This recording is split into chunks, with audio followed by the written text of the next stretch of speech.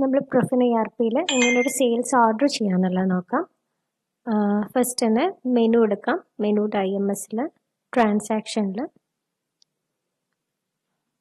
Sales order click ചെയ്യാം.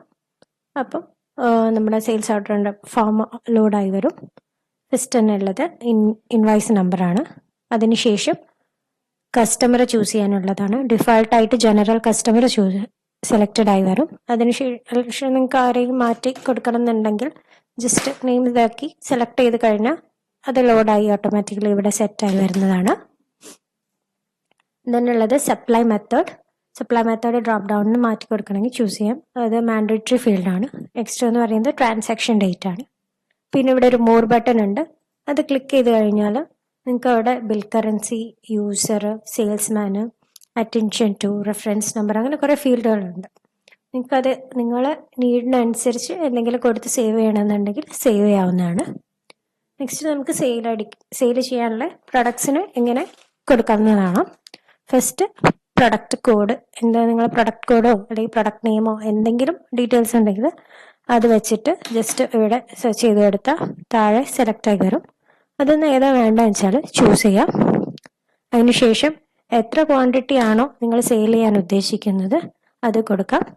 പിന്നെ rate automatic നമ്മൾ പ്രൊഡക്റ്റ് ക്രിയേറ്റ് ചെയ്യുമ്പോൾ സെറ്റ് ചെയ്ത് വെച്ച റേറ്റിനനുസരിച്ച് വരും. അല്ല നിങ്ങൾക്ക് ഇനി ഇവിടുന്ന് റേറ്റ് എന്തെങ്കിലും സെയിൽ ചെയ്യുമ്പോൾ മാറ്റി കൊടുക്കണം എന്നുണ്ടെങ്കിൽ അതിവിടെ ടൈപ്പ് ചെയ്താൽ അതിനനുസരിച്ചിട്ട് ഇവിടെ എമൗണ്ടിലും ഡിസ്കൗണ്ടിലും ബാക്കി ഫീൽഡുകളിലേക്കൊക്കെ അതിനനുസരിച്ച് ലോഡായി വരുന്നതാണ്. നെക്സ്റ്റ് ഇനി മൾട്ടിപ്പിൾ പ്രൊഡക്ട്സ് ആഡ് ചെയ്യണം കറണ്ട് സെയിലെന്നുണ്ടെങ്കിൽ ഇവിടെയുള്ള ഈ പ്ലസ് ബട്ടൺ ക്ലിക്ക് ചെയ്ത് കഴിഞ്ഞാൽ വരും. അതിന്ന് ഏതാണോ വേണ്ടതെന്ന് വെച്ചാൽ ജസ്റ്റ് ചൂസ് ചെയ്യാം.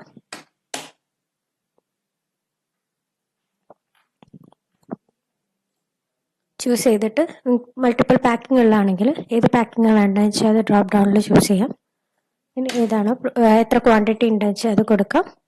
റേറ്റ്, എമൗണ്ട്, 3 ഫീൽഡുകൾ വന്നതിന് ശേഷം ഇനി നിങ്ങൾ ജസ്റ്റ് സേവ് ട്രാൻസാക്ഷൻ ക്ലിക്ക് ചെയ്ത് കഴിഞ്ഞാൽ നിങ്ങളെ സെയിൽസ് ഓർഡർ കംപ്ലീറ്റ്ലി സേവ്ഡ് ആയി കഴിഞ്ഞു ആ ട്രാൻസാക്ഷൻ. ഇനി അത് അതിൻ്റെ ലിസ്റ്റ് കാണണമെന്നുണ്ടെങ്കിൽ ഇവിടെ ലിസ്റ്റ് സെയിൽസ് ഓർഡർ എന്ന് പറഞ്ഞ ഈ ഒരു ലിങ്ക് ഉണ്ട്. അതിൽ ക്ലിക്ക് ചെയ്ത് കഴിഞ്ഞാൽ ജസ്റ്റ് ലിസ്റ്റ് ഫോം ഓപ്പൺ ആയി വരും. അല്ല ഡയറക്റ്റ് നിങ്ങൾക്ക് മെനുവിലൂടെ എടുക്കണം എന്നുണ്ടെങ്കിൽ മെനുവിൽ പോയിട്ട് IMS-ൽ റിപ്പോർട്ട്സിൽ ട്രാൻസാക്ഷൻ ഡീറ്റെയിൽസ് ഓപ്പൺ ചെയ്ത് കഴിഞ്ഞാൽ അവിടെ സെയിൽസ് ഓർഡേഴ്സ് കാണും. ക്ലിക്ക് ചെയ്ത് കഴിഞ്ഞാലും ഈ സെയിൽസ് ഓർഡറിൻ്റെ ഫോം വരും. ഇനി നിങ്ങൾ ചെയ്ത ഈ സെയിൽസ് ഓർഡറിനെ നിങ്ങൾക്ക് GDN ആയിട്ടും അതേപോലെ സെയിൽസ് ഇൻവോയ്സും ആയിട്ട് കൺവേർട്ട് ചെയ്യാവുന്നതാണ്. ഇവിടെ നോട്ട് കൺവേർട്ടഡ് എന്ന് പറഞ്ഞ ഈ ഓപ്ഷൻ ക്ലിക്ക് ചെയ്ത് കഴിഞ്ഞാൽ നിങ്ങൾക്ക് ഇവിടെ ഒരു ഫോം ഓപ്പൺ ആയി വരും. ഇവിടെ 2 ഓപ്ഷൻ ഉണ്ട്, ഗുഡ്സ് ഡെലിവറി നോട്ടും സെയിൽസ് ഇൻവോയ്സും. ഏതിലേക്കാണോ നിങ്ങൾക്ക് സെയിൽസ് ഓർഡറിന് കൺവേർട്ട് ചെയ്യേണ്ടത് അത് ക്ലിക്ക് ചെയ്ത് കഴിഞ്ഞാൽ ആ ഫോമിലേക്ക് ഡയറക്റ്റ് ആയിട്ട് നിങ്ങൾ അവിടെ എൻ്റർ ചെയ്ത ഡാറ്റാസ് ഒക്കെ ലോഡായി വരും. അവിടെ നിന്ന് ജസ്റ്റ് നിങ്ങൾ സേവ് ട്രാൻസാക്ഷൻ ക്ലിക്ക് ചെയ്താൽ മാത്രം മതി. നിങ്ങൾ ചെയ്ത ആ സെയിൽസ് ഓർഡറിനെ നിങ്ങൾക്ക് GDN ആയിട്ട് കൺവേർട്ടായി. ഇനി അതിൻ്റെ ലിസ്റ്റ് ഇവിടെ നേരത്തെ കണ്ട പോലെ ആ ലിങ്കിൽ ക്ലിക്ക് ചെയ്ത് കഴിഞ്ഞാൽ ലിസ്റ്റ് വരും. അല്ല മെനുവിലൂടെ എടുക്കണം എന്നുണ്ടെങ്കിൽ IMS-ൽ റിപ്പോർട്ട്സിൽ ട്രാൻസാക്ഷൻ ഡീറ്റെയിൽസിൽ ഗുഡ്സ് ഡെലിവറി നോട്ട് ക്ലിക്ക് ചെയ്യാം. ഇനി നിങ്ങൾ ചെയ്ത ഈ ഗുഡ്സ് ഡെലിവറി നോട്ടിനെ നിങ്ങൾ ഇനി സെയിൽസ് ഇൻവോയ്സ് ആയിട്ട് കൺവേർട്ട് ചെയ്യാൻ ഇവിടെ ഈ നോട്ട് കൺവേർട്ടഡ് ക്ലിക്ക് ചെയ്ത് കഴിഞ്ഞാൽ ഡയറക്റ്റ് സെയിൽസ് ഇൻവോയ്സിന്റെ ഫോമിലോട്ട് വരും. എന്തെങ്കിലും മാറ്റം വരുത്തണം എന്നുണ്ടെങ്കിൽ മാറ്റം വരുത്താം, എന്നിട്ട് സേവ് ചെയ്യുക. അല്ല ജസ്റ്റ് നിങ്ങൾക്ക് അത് ഡയറക്റ്റ് കൺവേർട്ട് ചെയ്താൽ മതിയെങ്കിൽ ഇവിടെ സേവ് ചെയ്ത് കഴിഞ്ഞാൽ ആ സെയിൽസ് ഇൻവോയ്സ് സേവായി. ഇനി അതിൻ്റെ ലിസ്റ്റ് എടുത്തു കഴിഞ്ഞാൽ ലിസ്റ്റ് വന്നു.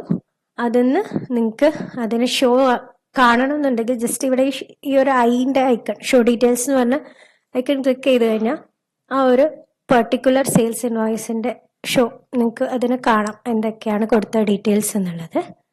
ഇനി അതിനെ എഡിറ്റ് ചെയ്യണം എന്നുണ്ടെങ്കിൽ ഈ എഡിറ്റ് ബട്ടൺ ക്ലിക്ക് ചെയ്ത് കഴിഞ്ഞാൽ അതിൽ നിങ്ങൾക്കിപ്പോൾ ഒരു ഇതിൻ്റെ ക്വാണ്ടിറ്റി ഇപ്പോൾ ഒന്ന് മാറ്റി കൊടുത്തിട്ട് ജസ്റ്റ് ഇവിടെ അപ്ഡേറ്റ് കൊടുത്തു കഴിഞ്ഞാൽ ആ ട്രാൻസാക്ഷൻ അപ്ഡേറ്റ് ആയി.